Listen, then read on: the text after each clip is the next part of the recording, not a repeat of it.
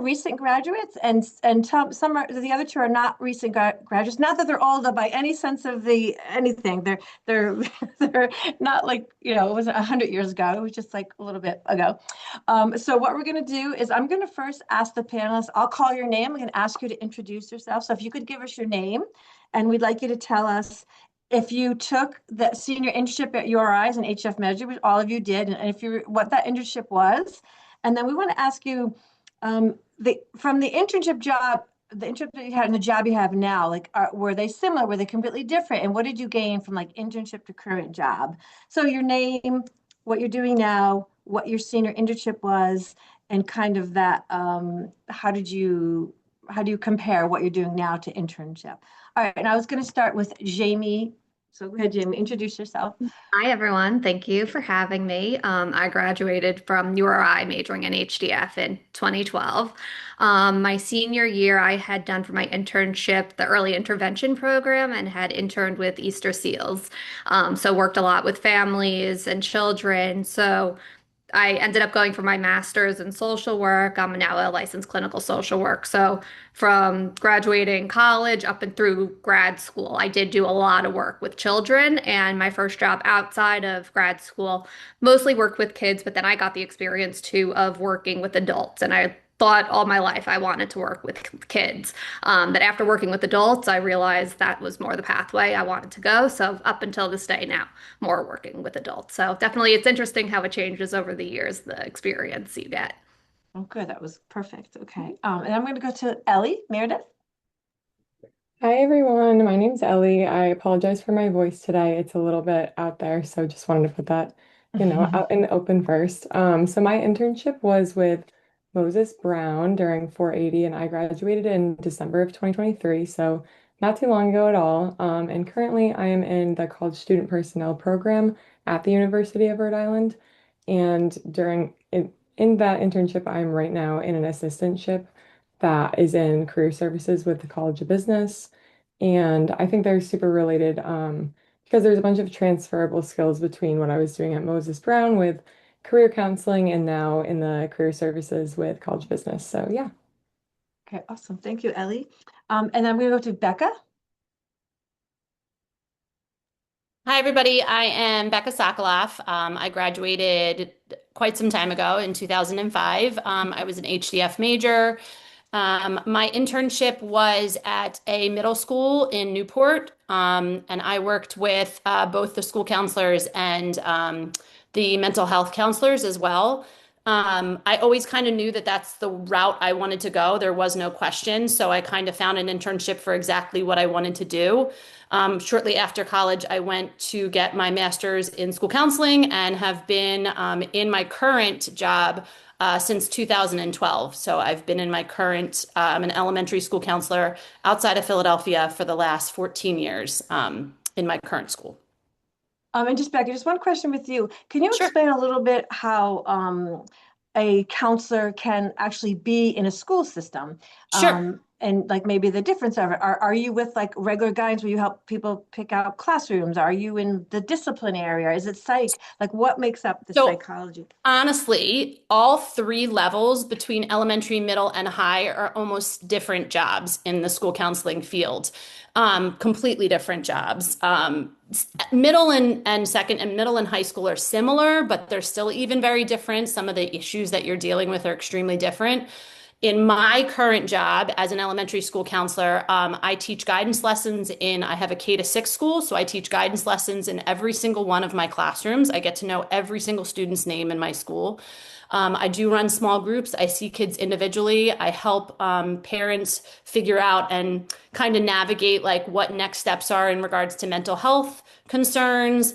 I do mental health assessments. I run 504s in my building. I'm part of the child study team. There's really not a facet of my building that, I'm not a part of. And then in the secondary, obviously, once you go to secondary, similar, but then you're really focused on that academic piece. I'm more on the social emotional piece in elementary.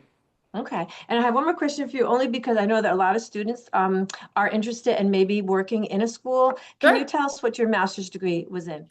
My my master's degree was in counseling psychology with a specialty in school counseling. So I went to Arcadia University. Again, I live outside of Philadelphia, so I went to Arcadia University, if anybody is from the Philadelphia area.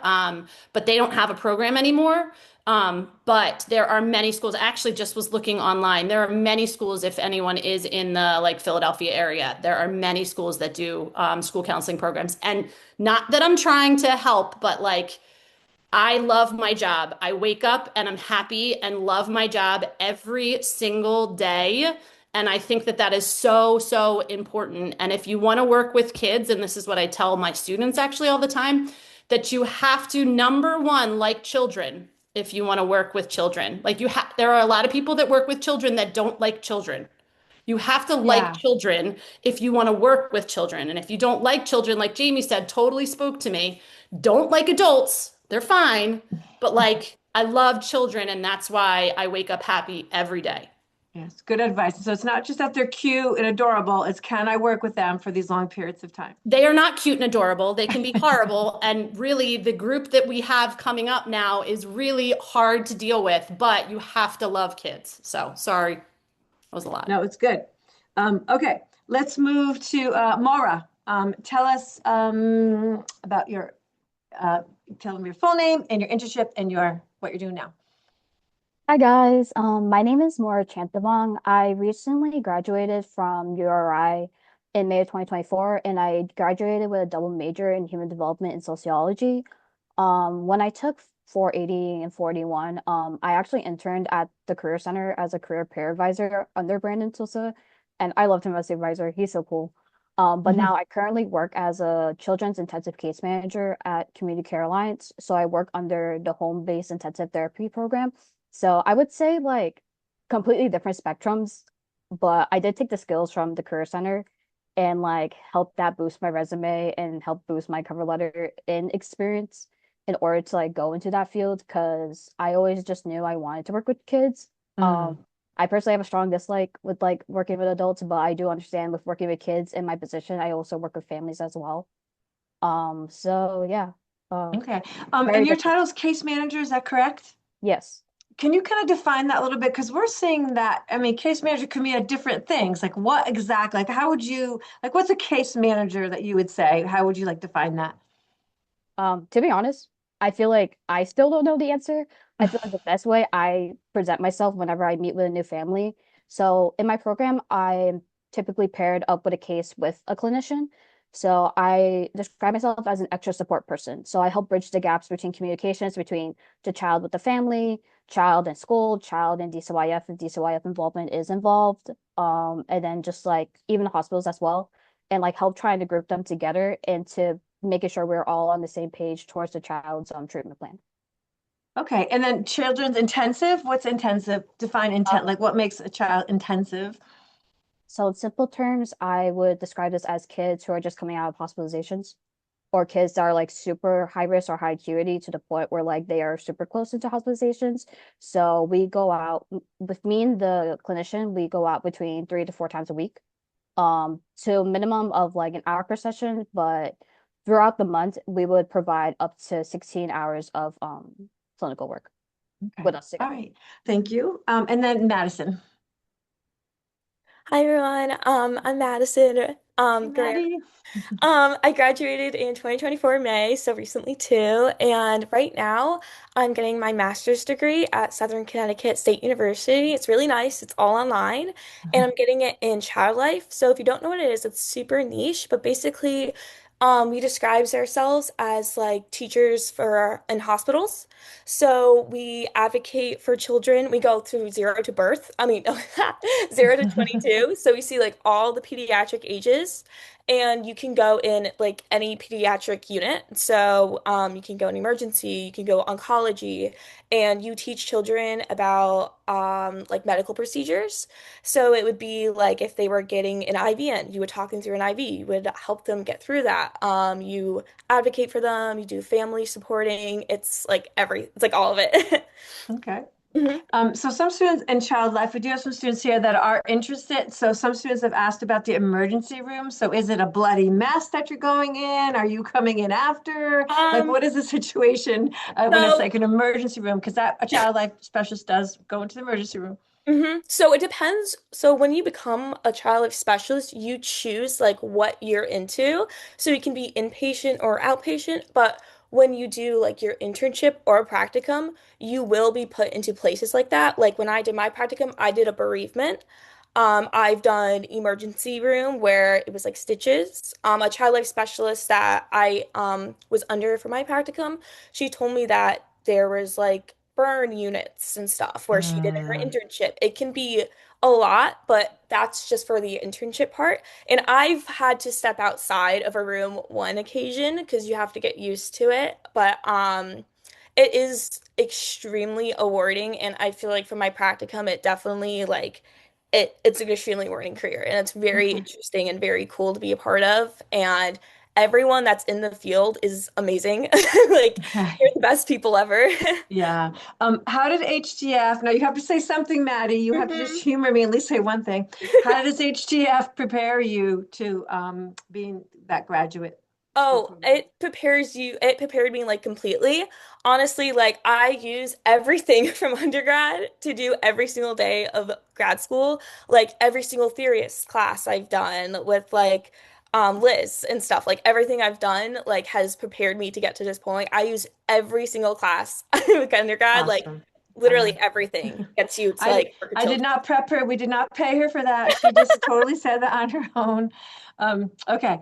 All right. And then this question is for Ellie and for Madison directly. Once what students ask for, they're like, okay, I kind of want to go to grad school, but I don't know if I should go to grad school right now. And I think if they talk to 12 people, they might get 12 different answers. So for Ellie and Madison's, because you did do college right to graduate school. So can you give us, I'll start with Ellie, pluses, negatives. Are you glad you did it? How did you make that decision to go right to, because either plan can work. It really depends what you want to do. So Ellie, I'm throwing that to you. Yeah, of course. So mine was a little bit interesting because I did end up graduating one semester early from my undergrad, and I ended in December 2023 when it was expected for May 2024. So I had this really strange kind of in-between period, which was like 8 or 9 months actually, like without being in a program. And I made that decision to go to grad school knowing that I would have a little bit of a gap because I not only wanted to try something full time, but I also just wanted a little bit more time to like take a breather because it is so much going from undergrad to grad. And it still feels like I went directly into it, even though I did have like 9 months of a break.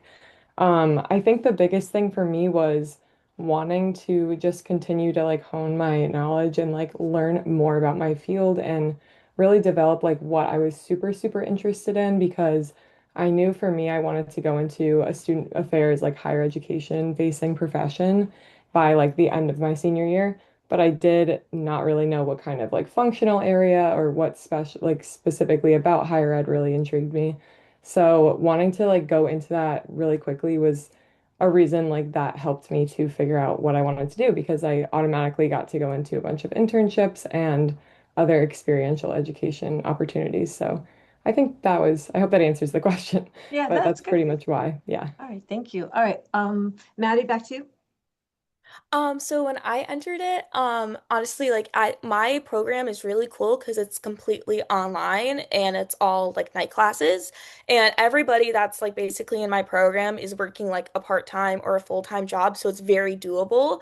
The only difference between for me for undergrad and graduate school is just the writing.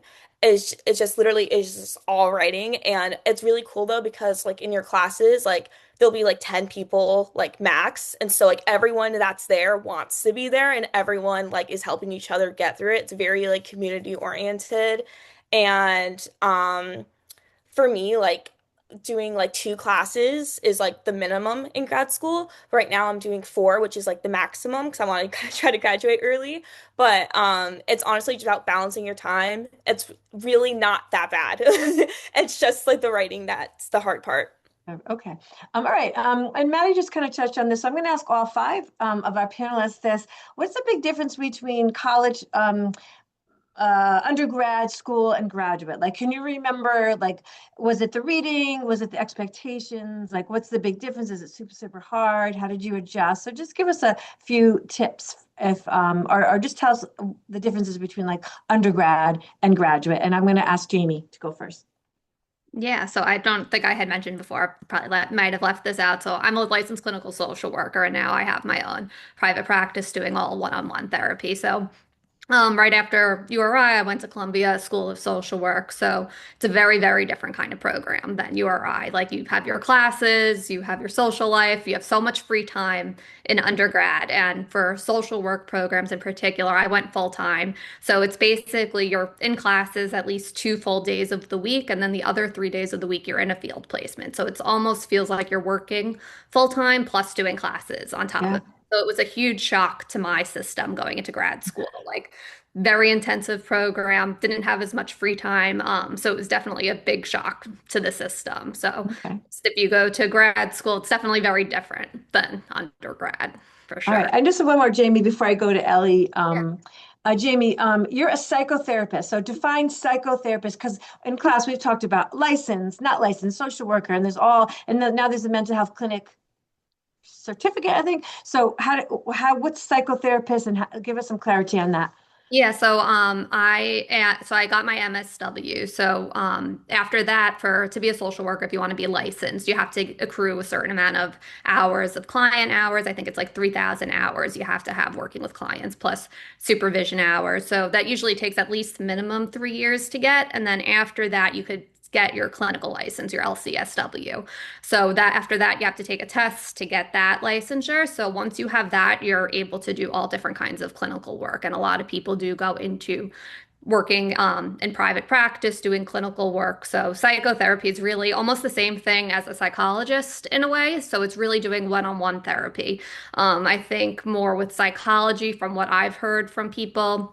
Sometimes it's more psychoanalyzing, kind of sometimes giving advice with a psychotherapist. Like as a social worker, you're really there to help guide someone through whatever challenges they're going through. Not to give advice is the biggest thing.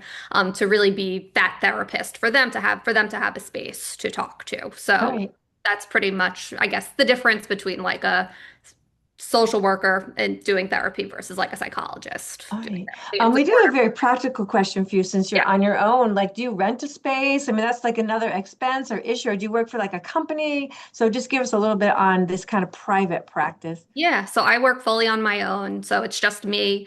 I work fully virtual. I live in the New York City, Jersey City area. So I could have a space if I wanted to, but I have found definitely since COVID has completely changed the whole scope of therapy and private practice. So it's much more accessible. So I have found that I haven't really needed to get a space, if Okay. anything. A lot of people want the virtual so they could just hop on in the middle of the day, but I know some people, it is becoming more and more common. Some people do want in person, but I work primarily with individuals either living with cancer, bereavement, chronic illness. So a lot of people don't want to have to travel. They already have a lot Right. too. So Okay. I'm fully virtual. I get to be my own boss, which is wonderful. Get to make my own hours, pick who I want to work with client wise and everything too. So All right. yeah, it's Is it definitely lonely or no? I talk to people. Everyone asks me that. And I literally am talking to people all day. So by the end of the day, it's like, okay, I've had so much social interaction because people are always like, do you want to get an office space? I'm like, even if I was in person, I would just be in a room with clients all day. Like I wouldn't have the time to be conversing with other colleagues and stuff too. And like I used to work for a cancer support organization. So that was very interactive with colleagues. So it's very different. But by doing private practice, by the end of the day, I'm like, so exhausted because it's like you're literally talking to people all day. So it's really, I Right. don't get that lonely feeling. Okay. All Yeah. right. Sounds good. Okay, Ellie, difference between undergrad and because this is fresh for you, biggest difference between coursework or whatever you want to tell us.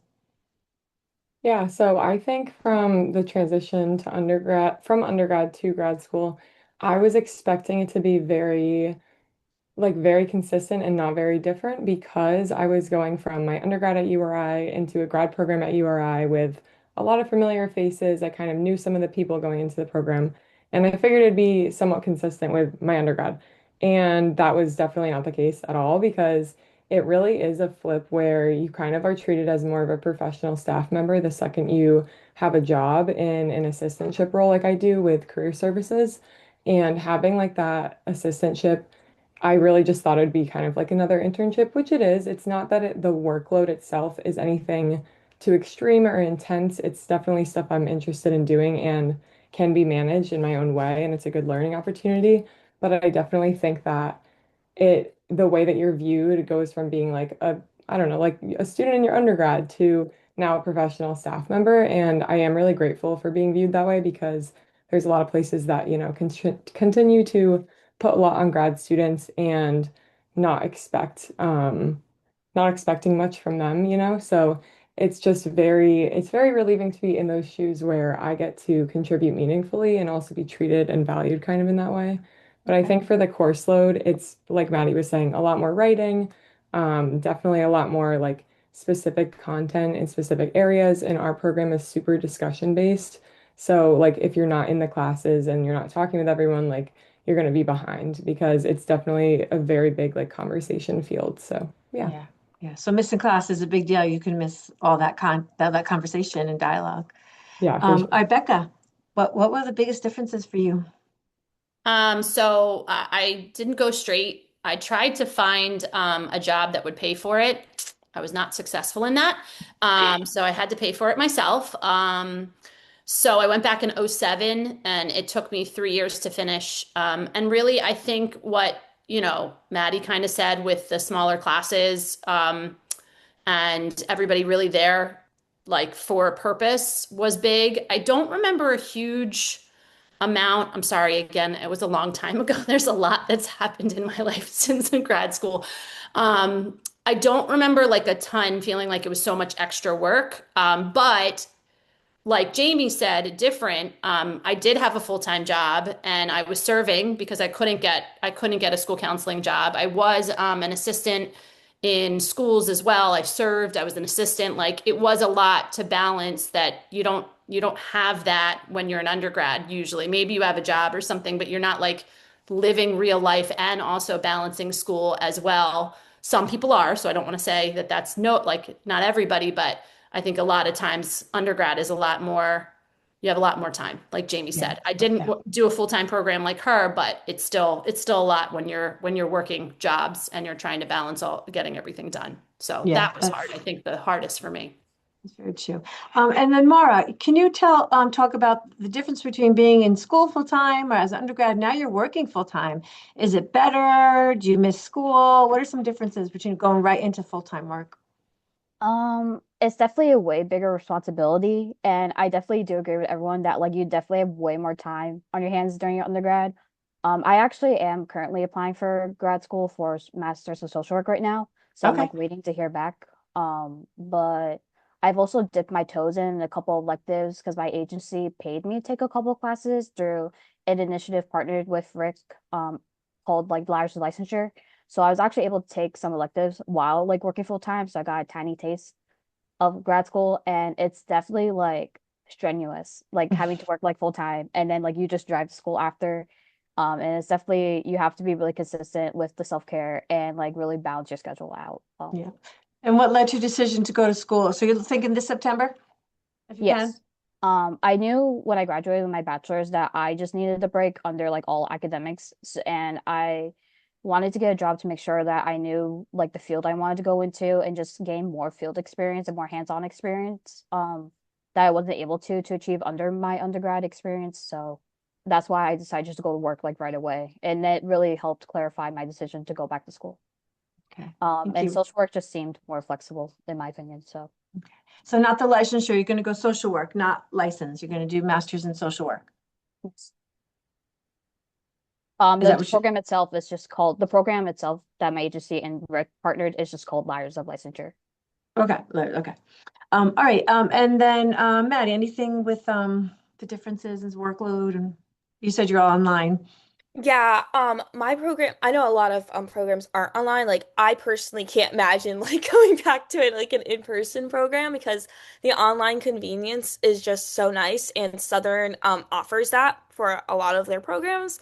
So I definitely would recommend looking into them. Like online just like lets you be able to like build your resume and get all those like extra stuff in to get yourself like that internship and stuff for my program. So definitely I would recommend doing it online. Only work difference is really just for me is the writing, and it just takes a long time to finish up classwork. I see your URI. You still have your URI flag back there. Okay, good alumni. All right. So this question, students have been asking about how do you find a job? Now you could say LinkedIn and you could say all the things that people know. They know these sources, but it just seems like the students are talking to a computer, maybe they get an interview, or maybe they don't hear back from anybody, or like how do you get in? Do you have any advice on tips for them how do you find a job? So we'll take any tips that you have, and you could use any experiences that you have.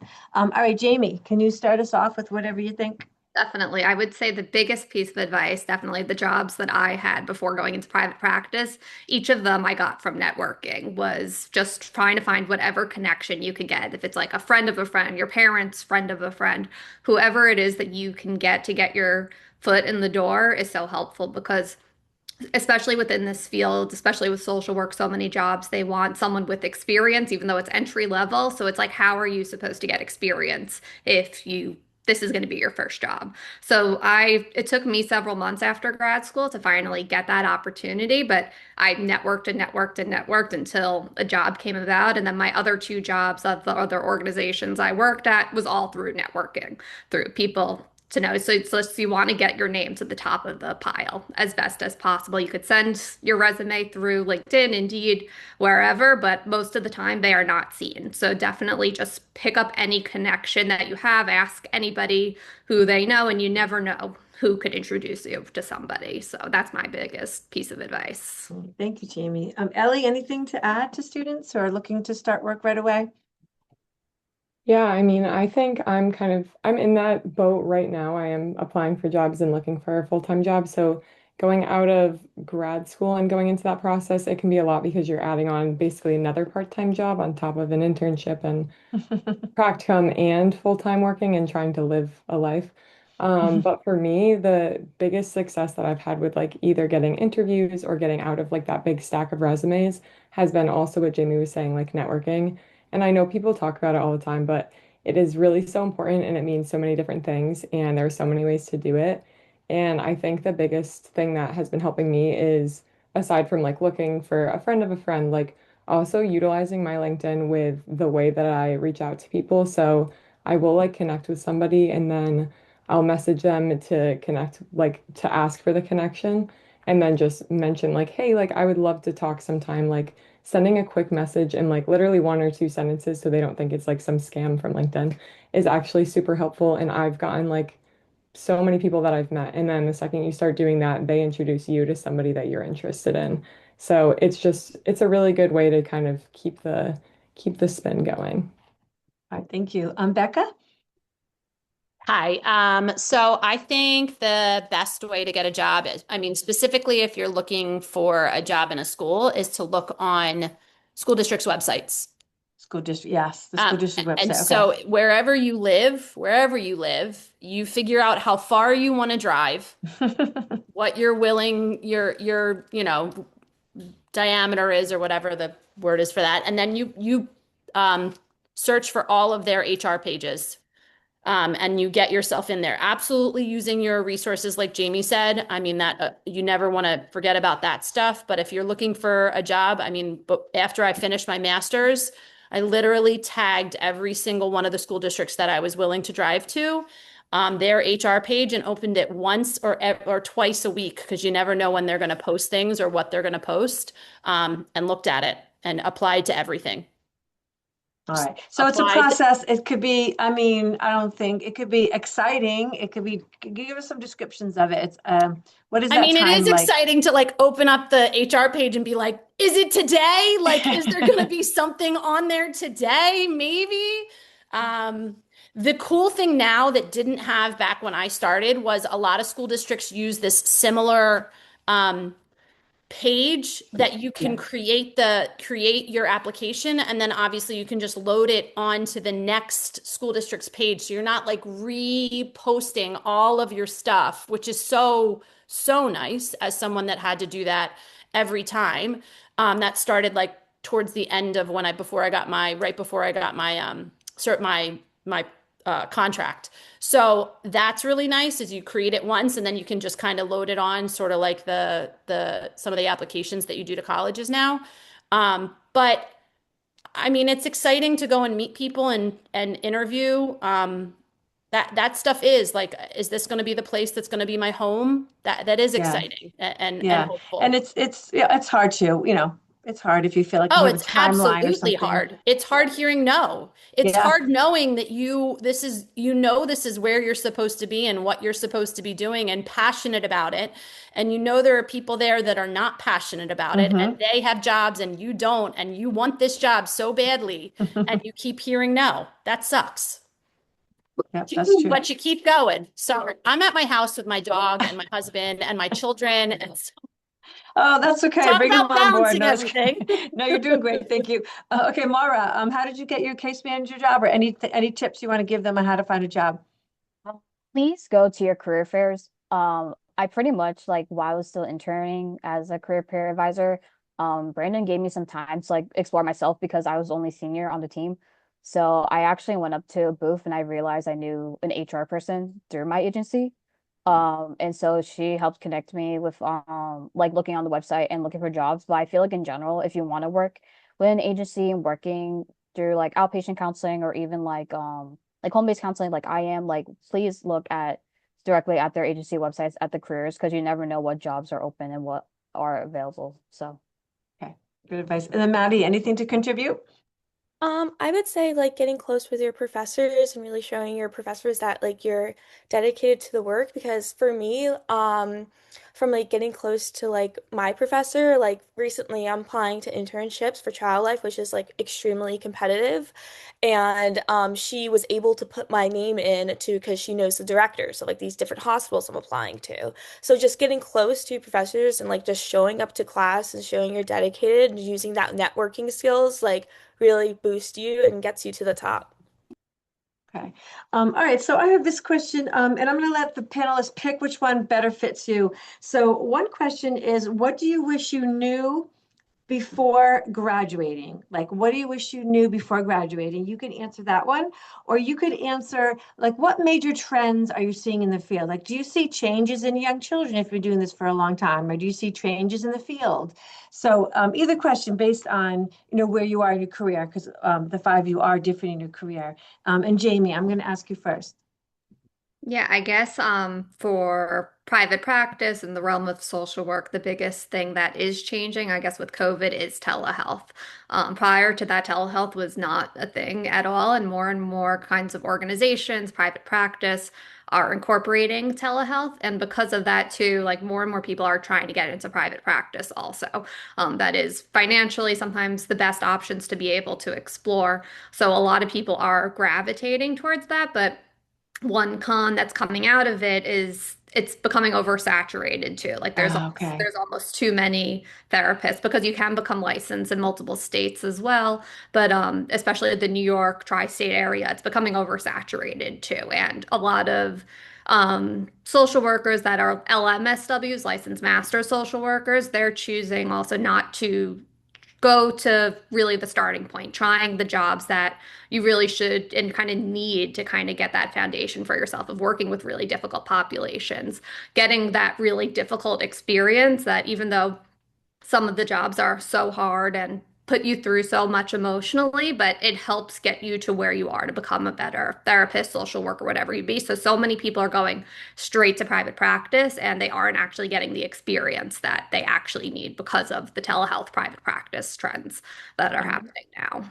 Jamie, thank you so much for saying that. There's just so much to say for those. I just want to encourage students out there. If you want to go out and work and get experience, it is all valuable. Kind of what Jamie's saying, all this experience that you have, if you want to end up being private practice someday. So you don't have to do it now. You could get some experience. All right, Ellie, either of those questions for you?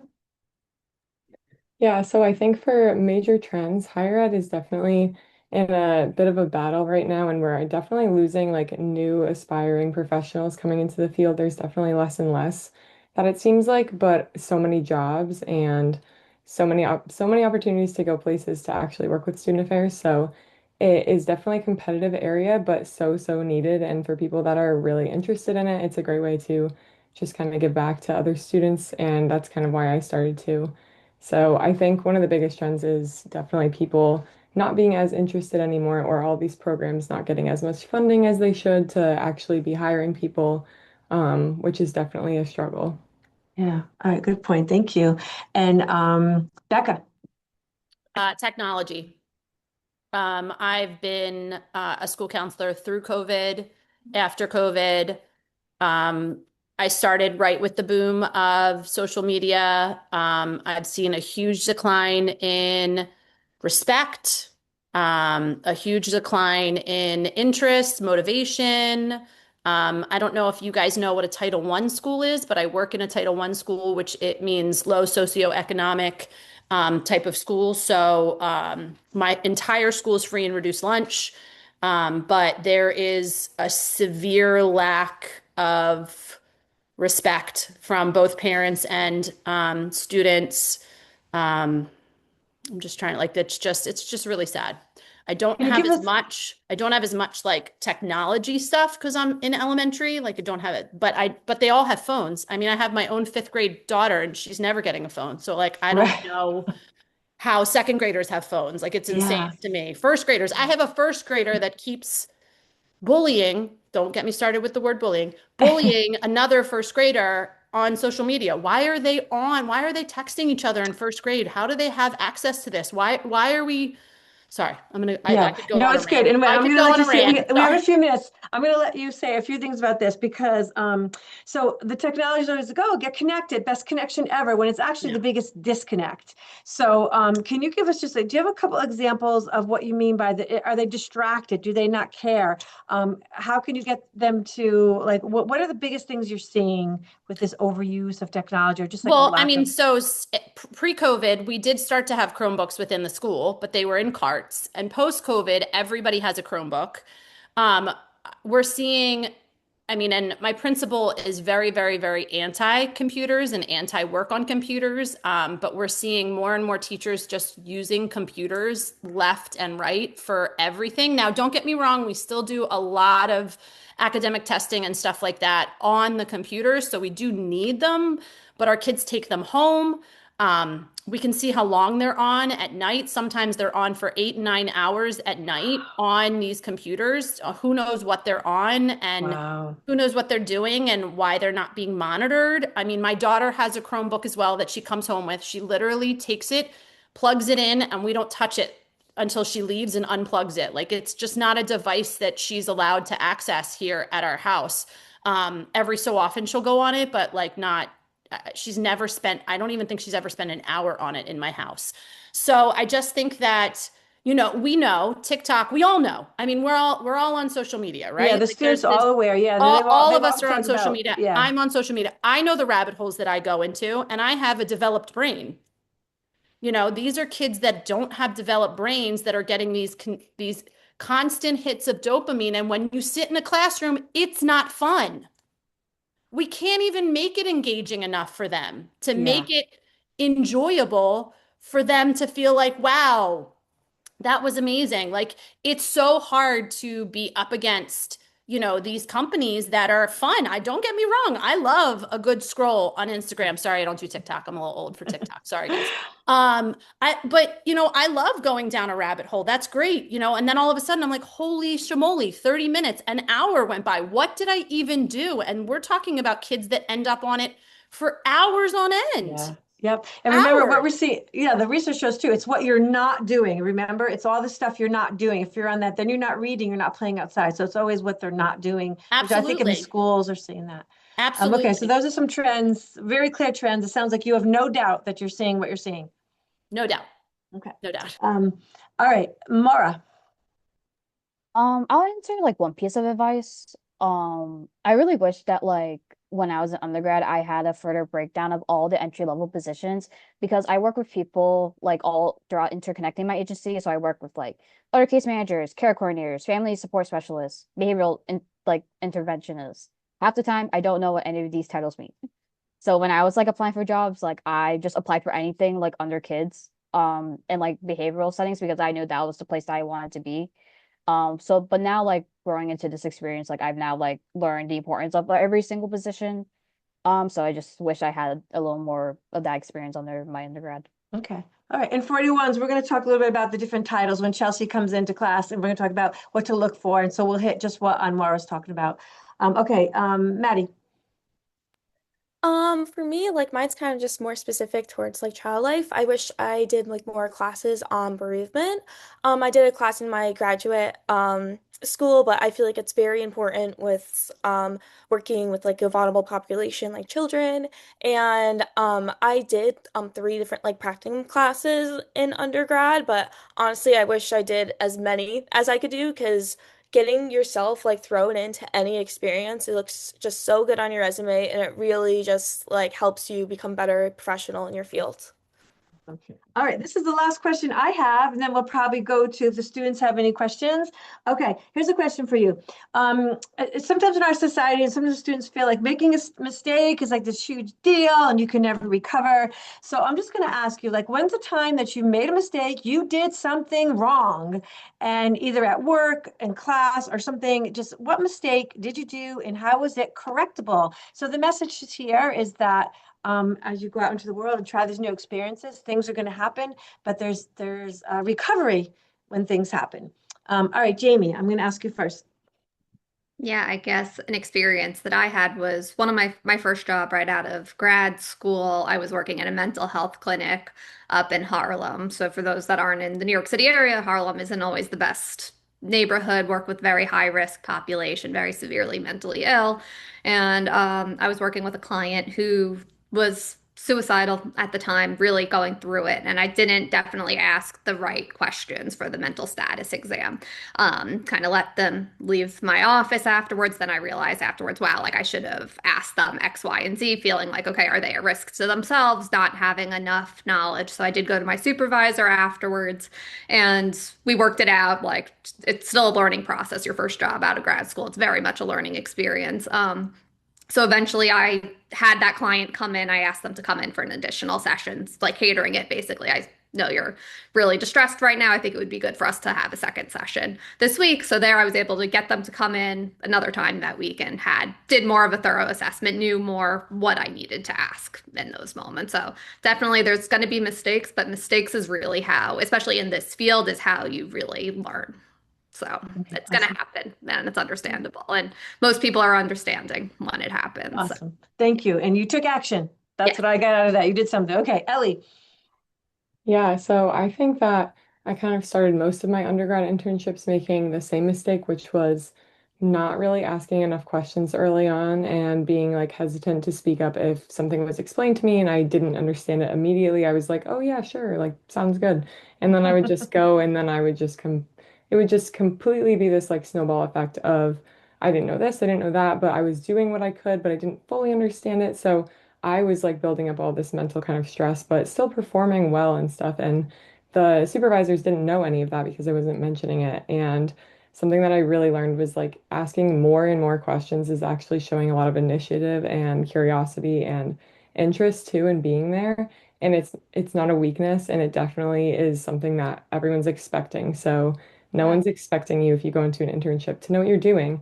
Even if it's been a week or two, you can still ask questions. Like I really feel like we don't talk about it enough, or when we do, we say like you can ask questions in the beginning, but then you should really, really know what you're doing. Like I know a bunch of people that have been in fields for so long and still have to ask questions like every day and are learning every day. So I just feel like that's a really important point to tell people Awesome. about. Yeah, Ellie, thank you so much. Yeah, because as a professor, when students ask questions, lets me know they're thinking. And same thing, I know that someone's thinking because they have these questions come up. All right, and I'm going to Becca.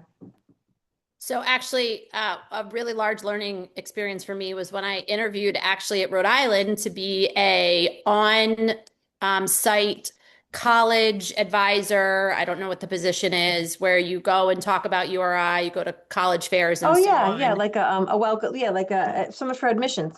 Yep. And I told them that I wasn't ready for college to be over yet. And I wanted it to keep going. And afterwards, actually ended up knowing one of the people that I interviewed with, who was a friend of mine. And he called me and he was like, never say that you don't want to be professional in an interview again. And I was like, note taken. Didn't get the job. Didn't get the job. College was over for me, cut and dry right there. I didn't get the job. And I took that throughout all of my interviews going forward. And what I will say about interviews is, number one, speak on your experience. So everything is experience, speak on it. And number two, always walk out of an interview and say, what could I do better? Because I didn't walk out of that interview saying that to myself. I walked out being like, I killed that and I just got that job, and then I didn't. So walk out of an interview and always be looking to grow. Life is always about growth, always continuous growth. How can I do better? What can I do better? And definitely in interviews, because you're going to have some really bad ones. You're going to walk out and be like, I stuttered, I couldn't find the words, and that's going to happen. But that's all about growth. So you have to keep messing up and struggling, and keep going and keep having interviews. Interview when you don't even want the job, because it's good Yes, practice. that's good advice. Even if you don't want the job, you could say, no, I just got a job. No, thank you. Just to interview is so important. Interviewing, the only way you get better at it, the only way you get better at public speaking, the only way you get better at is by doing it. So if I can give you any wisdom, it's just do it, interview, rip the Band-Aid off. It's gonna suck. You're gonna suck. You're gonna be like, how dare I look so stupid? And then it'll be better the next time. Yep. Very good. True, true, true. Okay, Mara. I wish I could think of a more appropriate mistake I've made, but there was a session I did like last year to where this particular child was very depressed, had a lot of social anxiety, and we were working slowly on like doing some exposure therapeutic techniques. So like that day he actually went out to a field with me and we did some soccer for a bit. So after I brought him home, like I was pumping up the ball, but then a bee came up to me, so then I accidentally swore the S word during my session because I freaked out because it's a bee and I'm human. So I said sorry, but then he actually started laughing. So the next day I told my supervisor, and then like I called him on being like, I'm sorry, just to let you know, like I did like swear to your kid like during session. My supervisor reassured me that like I am human and that like mistakes like that happen and that, it's still my first job and everything. But that next day he met with the clinician and he actually started opening up a lot of the walls that he was hiding behind.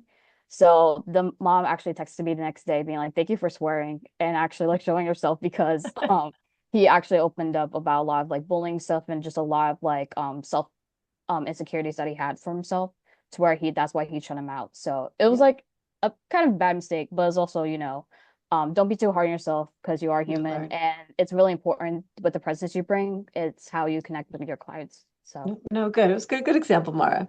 Okay, Maddie.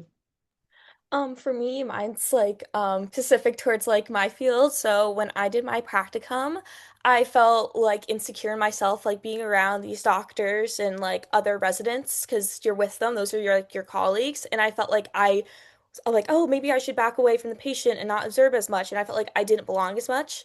And when I talked with my like supervisors, they're like, no, like you belong here too. Like you're also a part of this team. You're here to learn too. So don't be afraid to know that like your worth is also there in your field and stuff. And that's feel like I made a mistake on myself and held myself back from like learning. Okay, awesome.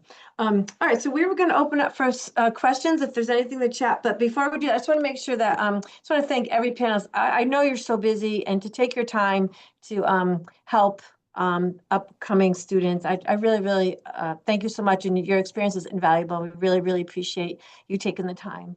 Okay, Chelsea, any questions, or does anyone just want to raise their hand or? But no, there are no questions in the chat, but feel free to put them in there. I'm happy to read them out loud. Any 41s have a question?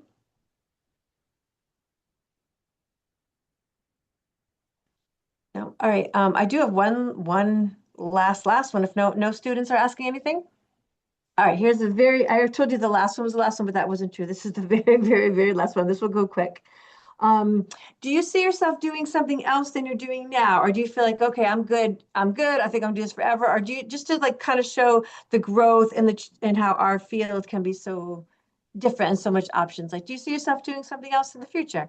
Jamie, we can go pretty fast. Jamie, what do you think?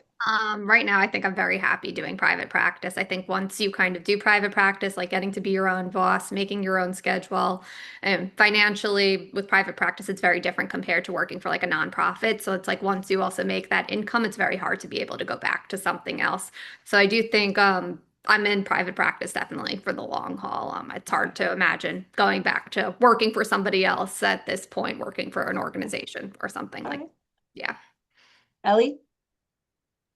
Yeah, I would say I definitely know that I wanted to be in grad school and I'm glad that I am, but I also can see that I could take many different routes even with this master's program that I'm going on. So I definitely could see myself in a variety of fields. There's a lot of like higher ed adjacent things that I've been researching and like finding when I look up jobs. So the door is super wide open for me with all of that, and I definitely could see this leading in multiple different directions. All right, thanks, Ellie. Becca. Nope, I'm pretty stuck in here. I have a pension. Can't lose that at this point. I probably will move to high school eventually, just be a high Okay. school counselor. The hours are a little better for my life, but I do absolutely love what I'm doing, and I'm excited if I do eventually move to high school to do that too. But nope, I'm in the long haul with being a school counselor. This is Awesome. it. Thank you, Becca. Maura? No, I definitely would like to become a therapist or a clinician, private practice or not. I am also interested in like maybe some school environments or even like some hospital environments as well. But that's where like grad school and practicums will come, Yeah, once I do get accepted. So awesome. All right. And Maddie. For me, with my career field, you can bounce around to like all these different positions. You could do inpatient, outpatient, PICU. There's a million different places you can go to. You can also open up your own practice. There's child life specialists with their own practices. You can work at schools, you can do online, and you can grow yourself like even higher in a hospital field, so you wouldn't be working with children. But for me, I would always be working with children in some capacity. So I'm in the long haul for mine. Yeah. All right. Awesome. All right, Chelsea, anything come through? Yeah, I did get a private message asking if there was ever a moment that made you want to change your major while you were in undergrad, and if so, is there a moment that made you overcome that? Okay. Anyone open to all panelists? Okay, Becca? I was actually a psych major and I was going to double major in education and psych. Thought I wanted to be a teacher. Worst decision of my life to end up deciding to be a teacher. That's just not for me. And actually, I walked into my junior classes. I can remember this vividly. I walked into my junior psych classes, and every single one of them was like brain science. And I'm not really a science person. And I changed in that moment in time in junior year to HDF and never felt like that was exactly where I was supposed to be. It was so much more behavior and child focused and never looked back. Was the happiest person I could have been to change from psych. I also was like, yeah, totally, absolutely. Like, couldn't believe I didn't find it from the start. And then, knew I didn't want to be a teacher, but just was going to go that route to eventually get a job as a school counselor. But glad I went the route that I did. Yeah, like URI is like 900 psych majors and like 300 HF majors. I'm like, how many of those psych majors are Oh really, my really God. HF majors if you got down to it? It's true. I mean, I didn't even know that there was such a major as HDF. I don't even remember. I truly don't even remember how I found it. Maybe I went to my advisor. I don't know, but best decision I ever made was to change to HDF. Awesome. Absolutely. All right. Anyone else want to hit that? Anyone on the panel? Mara? Originally, before I was an HDF major, I was a Oh, Jamie. communicative disorders major. Oh, The rate, I at that point I thought I wanted to work with kids, thought that definitely that was the route I was going on, but it's such hard classes, very science based, and the rate I was going, I was not going to get into grad school because they were so challenging. And I remember I was on a phone conversation with the director of the communicative disorders program, and he was trying so hard to talk me out of switching majors and telling me not to go the HDF route and everything too. But like I put what he had to say aside and I switched majors, and it was the best decision I ever made. Like I loved the HDF classes so much, did so well academically, and got into basically every grad school I applied to. When I first started, I was doing horrible in my classes with the communicative disorders major. So the HDF program is wonderful if you definitely lean into it, and you learn so much that's going to help you through your future too. Awesome. Thank you. And Mara, were you going to add something? Yeah, I was actually a mechanical engineering major when I was my freshman year. I was really good in math and science, and that was something I excelled at throughout high school. But then I realized I was doing the major more from others than myself. So then, like, I really took my college years. So I started with sociology, and then HGF kind of just beautifully fit. And then I eventually really fell in love with the curriculum. So I really think it's just about like following your gut and then like really trusting yourself that like you're able and you are like willing to do the switch. So it was the best decision I made too. So Awesome. Anything else, Jess? Oh, Maddie's going to say something. For me, for making the switch, like I really leaned into like I was gonna do like early education, like preschool or second grade, and I really leaned into like learning that I like being like personal and having those like one-on-one connections and helping people one-on-one versus like teaching like a big classroom. And yeah, that's my switch over. What was your first major, Maddie? I think I was like first, I don't know, so long ago. I think I was like first undecided, and Yeah, then and then switch. I went to HDF, and then like for HDF, I was going to then graduate and like look into working in a preschool. But after like taking like different practicum classes and like counseling stuff and getting deeper into like the HDF field, I realized I found my way to child life. Okay, sounds good. And then I did have one last question, but I know we're short on time. So, if someone wants to answer it, but it is when you applied to grad schools, did you find it challenging finding somewhere to go? Anyone want to take that one? I definitely did, as I am like currently applying for grad school. I think you just have to really like look at what your values are. What do you want, like a certain type of education or a certain type of like social work you want to go into? Or like for me, like I was kind of open to doing online or in person based on like where I am located. So I think it really depends on like your preferences and like your vision and where you want to take your future. Okay, Jamie, you want to throw something in? Yeah, when I applied to grad school, it was actually very easy getting into grad school programs. And I think from people that I know that were also HDF majors or graduate from URI and other areas that also went to social work school, at least in the tri-state area, the New York City schools were pretty easy to get into for the most part, 'cause the programs are so large and everything too. I think as long as you have good grades, a really good personal statement. Like I think the personal statement is the really big thing of explaining why you want to do this. And I think as long as you have that, especially if you are in the tri-state area, it's fairly easy to get into the programs, at least. All right. Thank you so much. Taking time out of your busy day. Anything else, Chelsea? Nope, that's it. And again, thank you so much for being with us here today. And I'm going to stop recording now. But if you need anything else or any other questions, please let me know. But I think I don't see anything else. Thank you. Bye, Becca, Ellie, Madison, Jamie, Mara.